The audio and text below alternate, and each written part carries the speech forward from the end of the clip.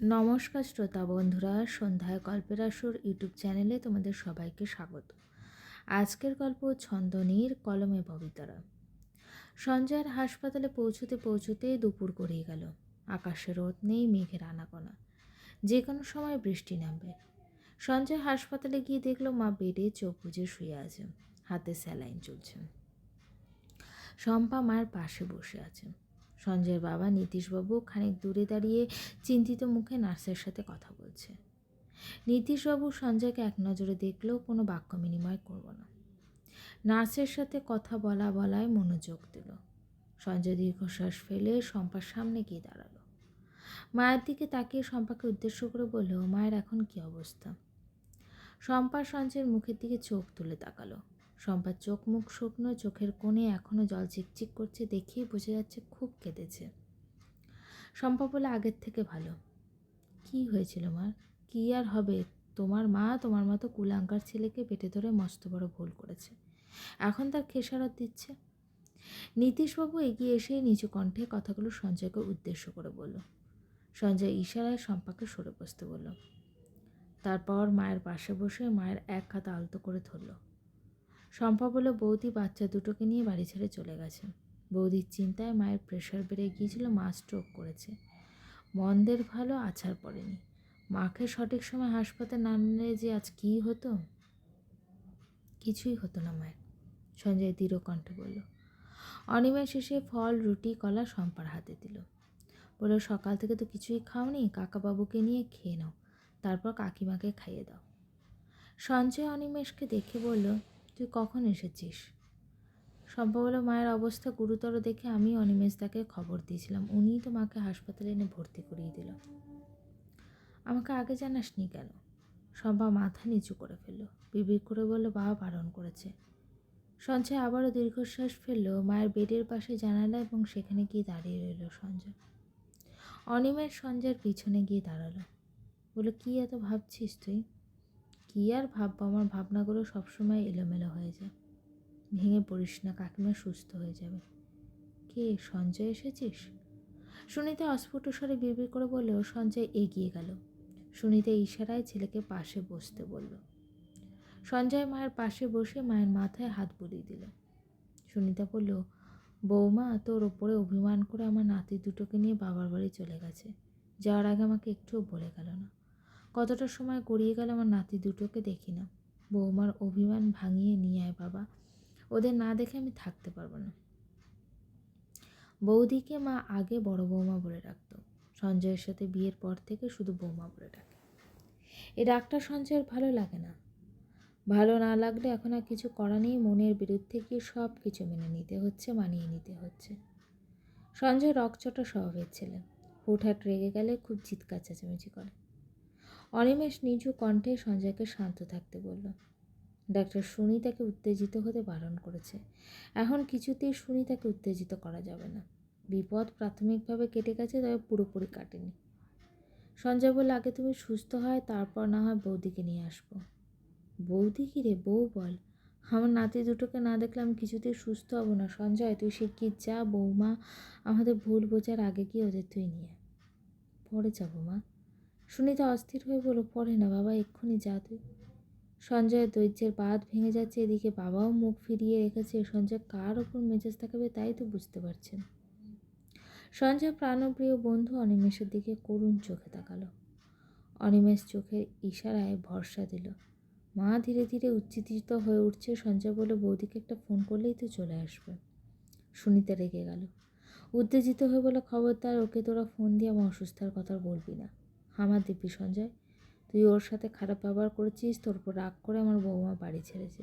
তুই এক্ষুনি ওর কাছে যাবি, তোর ভুলের জন্য ওর কাছে ক্ষমা চাইবি, তারপর সম্মানের সাথে ওকে তুই বাড়ি নিয়ে আসবি। আমার বৌমা আমার বাড়ি থেকে কখনো যেন অনুভব না করে সে অসহায়। ও যেন সবসময় আগের মতোই প্রাণোচ্ছলভাবে চলাফেরা করে। বউ হলো ঘরের শোভা, তাকে কেন পরের ঘরে ফেলে রাখবো? এক্ষুনি যা তুই, ওদের নিয়ে আয়, ওদের না দেখা আমি একটুও শান্তি পাচ্ছি না। মাধবীলতা সারাটা দিন চাতক পাখির মতো মেইন দরজার সামনে সঞ্জয়ের অপেক্ষায় ওত পেতে বসে রইল। সকাল দুপুর বিকেল পেরিয়ে সন্ধে হতেছিল, অথচ এখনও সঞ্জয়ের আসার নামগন্ধ নেই। মাধবীলতার সাজ নষ্ট হয়ে গেছে, পরনের শাড়িটাও কুঁচকে গেছে, চুলগুলোও এলোমেলো হয়ে আছে। মায়াবী মুখটা খুব মলিন, সবচেয়ে বেশি এলোমেলো হয়ে আছে বুকের ভেতরটা। কেমন যে লাগছে, এই বিদঘুটে অনুভূতির কথা কাউকে বলে বোঝানো সম্ভব না। ফোনটা হাত থেকে একবারও নামায়নি মাধবীলতা। শুধু মনে হচ্ছে এই বুঝি সঞ্জয় ফোন দেবে, খুব উচ্ছ্বাস নিয়ে বলবে, পথ তো ফুরায় না মাধু, আজ এত জাম কেন? আর একটু ধৈর্য ধরো লক্ষ্মী, আমি আসছি। ভুলেও আজ একটা বড় ফোন দিল না সঞ্জয়। আগে হলে কতবার মাধবীলতা নিজে থেকে ফোন দিত, কিন্তু এখন তার সম্ভব না। মরে যাবে তবু নিজে থেকে সঞ্জয়কে আর ফোন দেবে না মাধবীলতা। মানুষটা তো বলেছিল আজ আসবে, কখনো তো এমন করে না। আজ কি এমন হলো, আসতে চেয়েও আসলো না। চিন্তায় চিন্তায় পাগল হয়ে যাচ্ছে। কলিং বেলের শব্দ শুনে চমকে উঠল মাধবীলতা। এসেছে এসেছে, এতক্ষণে মানুষটা আসার সময় হলো বুঝি। মাধবীলতার খুব অভিমান, একটু লজ্জাও লাগছে, বই কি বুকের ভিতর ভূমিকম্প বয়ে যাচ্ছে। হাত দিয়ে শাড়ি চুল যতটা সম্ভব ঠিক করে নিয়ে মাধবীলতা তারপর ধীর পায়ে হেঁটে গিয়ে দরজা খুলে দিল। আজও মানুষটা মাধবীলতাকে নিরাশ করল, কথা দিয়েও কথা রাখলো না। দরজার ওপাশে মালতীকে দেখে মাধবীলতার চোখে জল এসে গেল। মালতী ঘরে এসে ব্যাগটা নামিয়ে রাখতে রাখতে বলল, এত সেজেছিস কেন? কারোর আসার কথা ছিল নাকি? কথাটা বলেই মালতী মাধবীলতার মুখের দিকে তাকিয়ে থমকে গেল।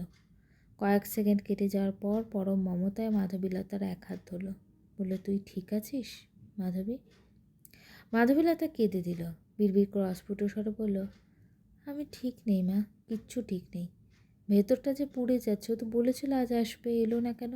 খুব আবদার করতে এই শাড়িটা পরার জন্য। আমি পরতাম না, নানান অজুহাতে এড়িয়ে যেতাম। হাত যখন খুব শখ করে শাড়িটাই পরলাম, নিষ্ঠুর মানুষটাই এলো না। মালতী মাধবীলতার মাথাটায় নিজের বুকের ভেতর চেপে ধরল, বলল, তুই না আমার মেয়ে, এত ভেঙে পড়লে চলবে? মাধবীলতা চোখের জল মুছে নিল, তারপর এলোমেলো পায়ে ঘরে চলে গেল। শাড়ির আঁচল ফ্লোরে লুটোপুটি খাচ্ছে, বিষণ্ণ মুখে অবসাদের ছায়া। বাইরে মুষলধারে বৃষ্টি হচ্ছে। মাধবীলতা ব্যালকনিতে চুপটি করে দাঁড়িয়ে আছে। বৃষ্টির ছাট এসে ওর গায়ে লাগছে, ওর সেদিকে খেয়াল নেই। এত ডিপ্রেশন সহ্য করা যাচ্ছে না, ওর সহ্য শক্তি হারিয়ে যাচ্ছে। শাড়িটা পরার পর থেকে মনটা বেশ বিক্ষিপ্ত হয়ে যাচ্ছে। ও কত ম্যাচিওর, কত স্ট্রং একটা মেয়ে। ওর আত্মসম্মানও প্রচুর। ভেবেছিল সঞ্জয়ের বিয়ে নিজে চোখে দেখার পর ওর লাইফে নতুন করে মুভ অন করতে পারবে। এই ভাবনা যে কত বড় ভুল ছিল, এখন হাড়ে হাড়ে টের পাচ্ছে মাধবীলতা। ডিপ্রেশন পুরোপুরি গ্রাস করে ফেলেছে ওকে। এই মুহূর্তে বাবা মা দাদার কথাও মানে নেই, শুধু মরে যেতে ইচ্ছা করছে। একমাত্র মৃত্যুই মাধবীলতা সকল কষ্টের অবসান ঘটাতে পারবে। সুখ স্বপ্ন ভেঙে গেছে। ভালোবাসা মানুষটা ওকে চরমভাবে ঠকিয়েছে। বেঁচে থাকার যেটুকু ইচ্ছে ছিল আজ যেন তাও মরে গেছে। আর এই একঘেয়েমি জীবন বয়ে বেড়াতে আর ইচ্ছে করছে না।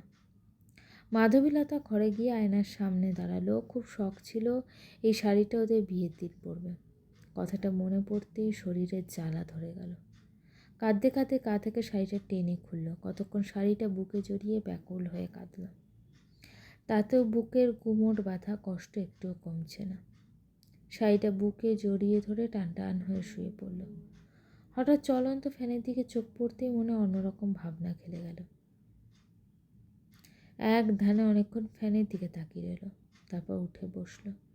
ডায়েরিতে কাটাকুটি করে কি যেন লিখলো, তারপর উঠে দাঁড়ালো আর কাপা হাতে শাড়িটা নিল। শেষবেলা সঞ্জয়কে কাছ থেকে দেখে মন ভরে দেখলে ওর সাথে কথা বলে শান্তি লাগতো খুব। মানুষের সব চাওয়া কি আর কখনো পূরণ হয়? হয় না।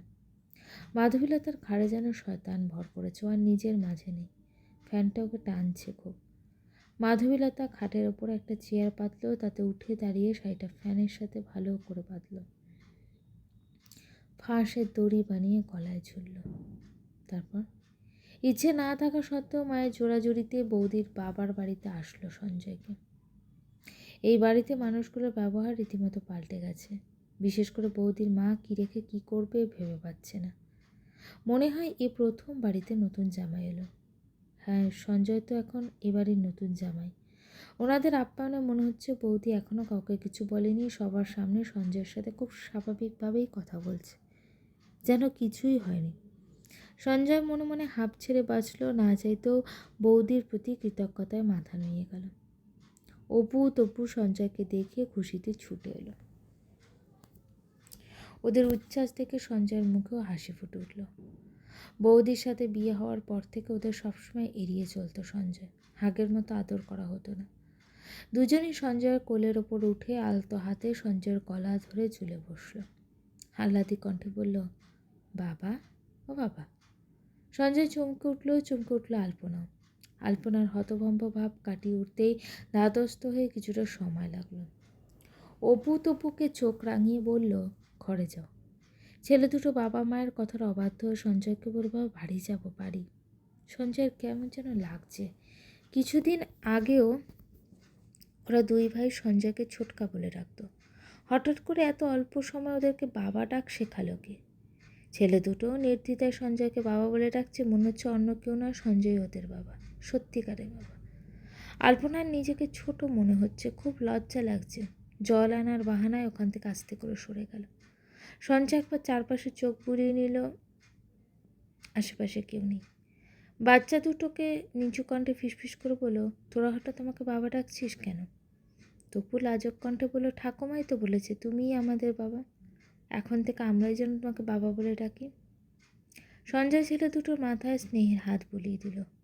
আনমনে বলল, বেশ ডাকিস তবে, বাবা বাবা বাবা। বিষণ্ণতা সঞ্জয়ের মনটা পুরোপুরি গ্রাস করে নিল। বাড়ি চলো। সঞ্জয়ের মুখের কথাটা শুনে আলপনের ঠোঁটের কোণে হাসি ফুটে উঠল, বড় বিদ্রুপের হাসি। হেয়ালি করে বলল, কোন বাড়ি যাব? সঞ্জয় এক পলক আলপনার দিকে তাকালো। আলপনা দেখতে সুন্দরী, ভয়ঙ্কর সুন্দরী। একবার তাকালে আর চোখ ফেরাতে ইচ্ছা করে না। তবে কখনো আলপনার দিকে সেভাবে তাকানো হয়নি। আজই প্রথমবার আলপনার দিকে তাকে অন্যরকম অনুভূতি হচ্ছে। সঞ্জয় অন্যদিকে তাকালো, দৃঢ় কণ্ঠে বলল, তোমার বাড়িতে যাব। আলপনার মুখের হাসি চওড়া হলো, বলে, সম্পদ মারা যাওয়ার পর থেকে ওই বাড়িটাও তো বড় হয়ে গেছে। তোমার সাথে খারাপ ব্যবহার করা আমার মোটেও উচিত হয়নি, আমি দুঃখিত। আমি কিছু মনে করিনি। গল্পটি কেমন লাগলো অবশ্যই কমেন্ট করে জানিও। আর আমার চ্যানেলে গল্পগুলো যদি তোমাদের ভালো লেগে থাকে, চ্যানেলটিকে সাবস্ক্রাইব করে পাশে থেকো।